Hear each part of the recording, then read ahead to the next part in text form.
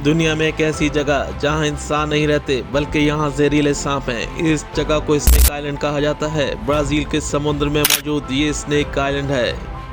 106 एकड़ पर फैला हुआ स्नेक आइलैंड अपनी पुरस्कार कहानियों की वजह से बहुत मशहूर है। यहाँ आम इंसानों का जाना मना है। यहाँ कभी कभार साइंटिस्ट और माहिर हयातियात कुछ घंटों के लिए जाते हैं। स्नेक आइलैंड पे मौजूद एक पुरस्कार लाइट हाउस भी मौजूद है जो बहुत पुराना है। 1920 में ये लाइट हाउस तामीर किया गया था। लाइट हाउस की मौजूदगी ये जाहिर करती है कि पुराने वक्तों में यहाँ शिप वगैरह को ट्रैक किया जाता था, क्योंकि उन वक्तों में जीपीएस सिस्टम नहीं था। यहाँ इस स्नेक आइलैंड पर शिप वगैरह आते थे। स्नेक आइलैंड पे मौजूद ये लाइट हाउस है जिनसे जुड़ी खौफनाक दास्तानें मौजूद हैं। कहते हैं इस लाइट हाउस में एक फैमिली रहती थी जो इस लाइट हाउस को ऑपरेट करती थी और साथ ही इनकी रिहाइश मौजूद थी। इस फैमिली में हस्बैंड और वाइफ और इनके 3 बच्चे थे। एक रात ये फैमिली सो रही थी और फिर अगली सुबह ये सारी फैमिली इस लाइट हाउस में मुर्दा पाई गई।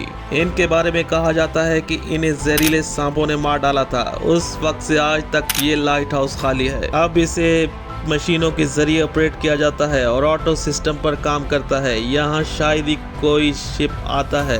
अब यहाँ शायद ही कोई शिप आता है। स्नेक आइलैंड पे मौजूद घने जंगल, जहाँ पूरा आइलैंड दरख्तों और झाड़ियों से ढका हुआ है। यहाँ लाखों की तादाद में सांप मौजूद हैं। इनकी तादाद का अंदाज़ा इस बात से लगाया जा सकता है, अगर आप तसव्वुर करें आप पैदल चल रहे हों तो हर दूसरे कदम पर आपका सामना एक सांप से होगा।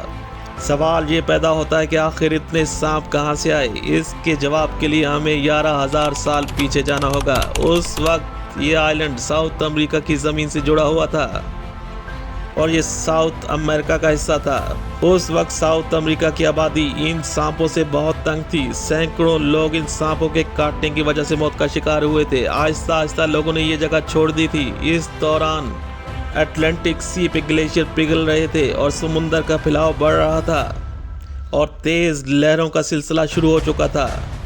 उस वजह से साउथ अमेरिका की ज़मीन का एक टुकड़ा टूटकर अलग हो गया, जो आगे चलकर आइलैंड बना, जिसे आज दुनिया स्नेक आइलैंड कहती है।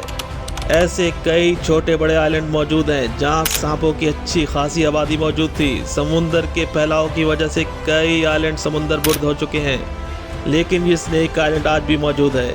इस स्नेक आइलैंड पर इन सांपों की अच्छी खासी आबादी मौजूद है।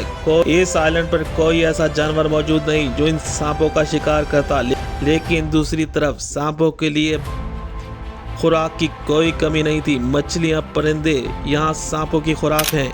यही वजह है कि यहाँ सांपों की तादाद लाखों में है। स्नेक आइलैंड पर नायाब नस्ल के सांप मौजूद हैं जो सिर्फ और सिर्फ स्नेक आइलैंड पर ही रहते हैं। इस पुरस्कार स्नेक आइलैंड के बारे में कई कहानियां मशहूर हैं। यहाँ कहते हैं यहाँ कोई भटक जाए तो वो वापस जिंदा नहीं आ सकता।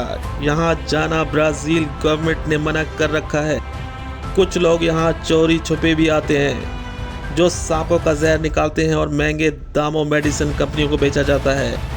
इस स्नेक आइलैंड पर लोग एडवेंचर चैलेंजेस करने भी आते हैं। हाल ही में मिस्टर बीस्ट, जो एक बड़े यूट्यूबर हैं, हाल ही में मिस्टर बीस्ट और कई मशहूर यूट्यूबर जो सर्वाइवल चैलेंज करने के लिए यहाँ आ चुके हैं।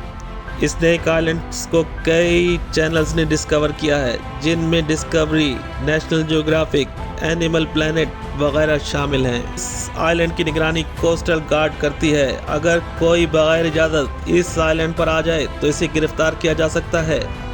स्नेक आइलैंड कई सदियों की तारीख हमने अंदर छुपाया हुआ है। यहाँ सांपों के जहर को स्मगल किया जाता है। कई सांपों के जहर बहुत ही कीमती हैं, जिसकी वजह से यहाँ कोस्ट गार्ड इस जगह की निगरानी करती है। कई ऐसे डीलर्स मौजूद हैं जिन्होंने करोड़ों रुपए सांपों के जहर बेचकर कमाए हैं, जिसकी इसी वजह से यहाँ ब्राज़ील गवर्नमेंट ने पाबंदी लगाई हुई है। सांपों का ये जहर कैंसर की दवा के तौर पर भी इस्तेमाल किया जाता है। जहाँ ये सांप खतरनाक है, वहीं इनके फायदे भी हैं। स्नेक आइलैंड सांपों के लिए जन्नत है। ये था पुरस्कार स्नेक।